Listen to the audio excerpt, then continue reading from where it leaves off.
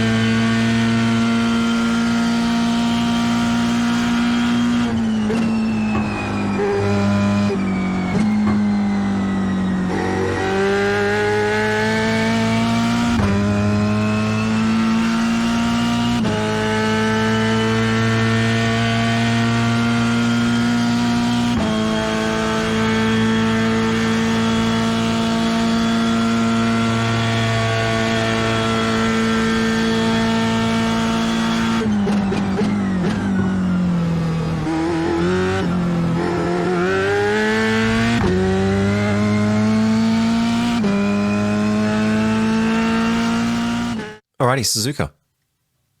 So yeah, pretty fast run down to turn one. We'll skip ahead a little way down to the braking zone. We're looking actually really for a turn-in zone, I suppose. It's this service road on the left. It's just before that you can see we're throwing the car in. So it's a fairly shallow turn-in. We're doing this because we want the car to actually track out to the full width or near enough in order to open up the radius of the more crucial second part of this corner. So it's initially maybe a more shallow turn-in than you might think, and kind of getting somewhere near the curb on the right, but not right up on top of it. We don't want the angle of attack into the turn 2 apex to be any sharper than it needs to be, so we sort of want to be approaching the left side fairly straight, not from a very sharp angle at least. And you can see we're just naturally carrying enough speed to push the car out to the full left. You can see we're not quite using the curb. We sort of actually just dropped the unloaded edge of the tyre on it, but we're not really using it all that much. And you can see we're getting into the brake smoothly just past the beginning of the red and white curb. It's probably actually just before we clip what is essentially the apex, which is a little way from the curb. But you can see it's a fairly smooth line that we're taking. There's not too much movement.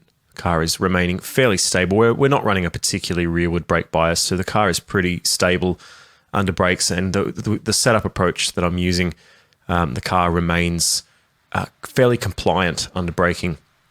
So turning in quite late, I mean, it's a fairly constant radius with the steering input. The turn itself actually does increase in its radius, or in its sharpness, I suppose. But you can see we're apexing very, very late there, just before the final stages of the red and white curb there. And you can see we hold on to that curb until pretty much the end of it, coming away from it only right at the end there. And then blending away from the curb and making sure that we're using all of the track on exit. If you're not naturally tracking out to this width, to this line, then you're not carrying enough speed. And then back to the right side of the road, we'll throw the car in fourth gear. We're going to just drop a little bit of throttle. Initially, earlier on in the stint, you may want to drop the throttle entirely here and with a fairly abrupt lift as well. But later on into the stint, you can keep a little bit of kind of stabilizing or maintenance throttle through here, basically just a half lift. And you can see we're getting right up on top of the curbs. This will help with rotation. Snappy change of direction, fourth gear again. We're holding fourth pretty much for the most part of the S's until the final right-hander. And apexing here just at the end of the red and white curb. using quite a bit of track on exit, sort of getting towards like 1.5 car widths. Probably look at this from the cockpit view actually to get a bit of better reference, more relevant. And then sort of starting our turn-in point just before the beginning of the red and white curb. Again, abrupt lift. I'm actually holding a little bit of throttle initially just to stabilize the car so it's not taking too much weight away from the rear in one go. So you can see the car remains online nicely as a result. And then getting a little bit of oversteer there later on into the stint where the rear raises a little more than the front because the fuel is burning off in the rear. So yeah, we get a higher ride height at the rear and a little bit less stability as a result. Which can be quick if you are aware of when to sort of release the wheel and do it a little bit sooner and just take a little bit of load out of the rear as a result. And then we're going to stay pretty close to the inside curb. You can see we're pretty much lining it up with the side of the cockpit all the way through, just keeping and then right at the last moment actually we do cut into the apex, and that's when you can start to get into full throttle.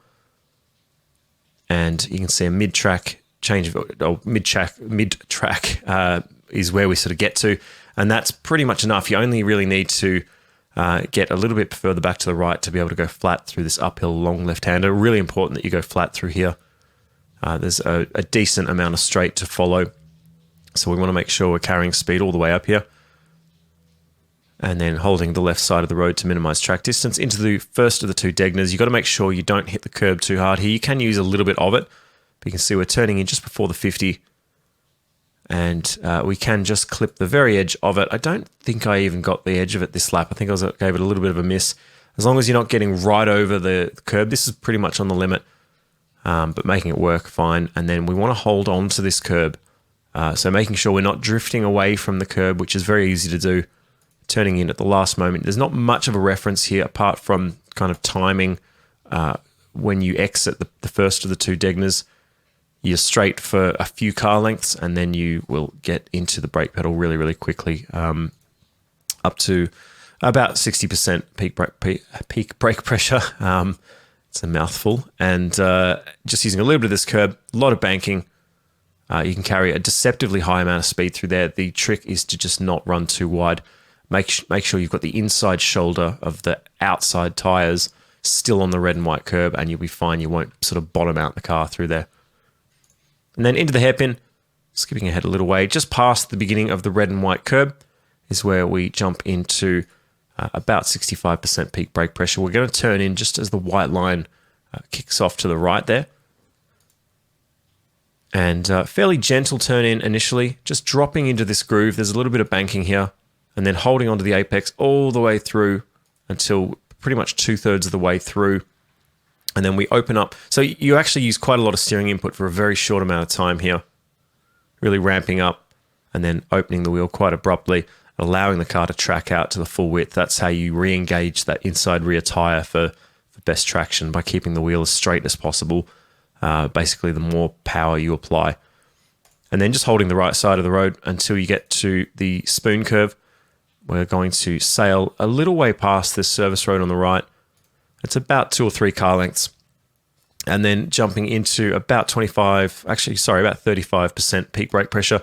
Turning in at that time, a little bit of trail brake. You can carry probably a little more speed than this, but I was trying to remain a little bit safe. This curb on the right can be quite slippery. You can definitely push it a little bit harder than that through the first part. Once this catches up, we'll see where we are. But you can see, yeah, that would mean getting back into the throttle just gently, but maybe a little more than that, and you would push out a bit wider, and then turning to the left just before the end of the red and white curb there. And apexing very, very late, pretty much at the end of the red and white curb. And it's a pretty smooth run all the way through there. We're trying to keep the car as consistent as possible, not moving around too much. And you can see we are moving the wheel a little bit, but the actual line of the car is pretty constant. And then, yeah, apexing just towards the end of the red and white curb, you'll get a little bit of oversteer as the road drops away from beneath you. As long as when you clip this curb, you're not running over the front of it. We want to just sort of approach it from the side, and you won't bump the car too much. So we'll skip ahead. It's a pretty easy flat run through 130R. Mid-track exit seems to be the best compromise between minimizing track distance and minimizing scrub. And then we're looking for the halfway point between the 100 and the bridge above us. Hard on the brakes at that time, about 75% peak brake pressure. Turning in just at the white line. And we can hit this curb pretty hard, getting about the inside third of the car on top of it. Snappy change of direction at mid-track or slightly to the right of mid-track, using a fair bit of this second curb as well. And then just a little kick of oversteer helps complete the rotation, but we've had a pretty good run through there. So yeah, as I mentioned, about a third of the car over the first curb, about a third of the car over the next curb. As long as you're not lining up the middle of the car with the edge of the curb, you won't bottom the car out. And then from here, it's just a pretty short run to the line. You want to make sure you are hugging the inside until pretty much the DRS sign, when you can start to blend out to the left in order to open up the apex into turn one. And overtaking spots, turn one's a good one. The other decent one would be not the Degners. It would be the Dunlop hairpin. I've seen, where is it, turn 10. I've seen plenty of moves happen into here, but it's a pretty short braking zone. The other potentially decent place to make a move is Spoon Curve. And the next best one, this is probably the best one on the track, would be the sharp braking zone into the chicane. Okay, that is the Formula 3 fixed and open tutorial. We'll see you out there.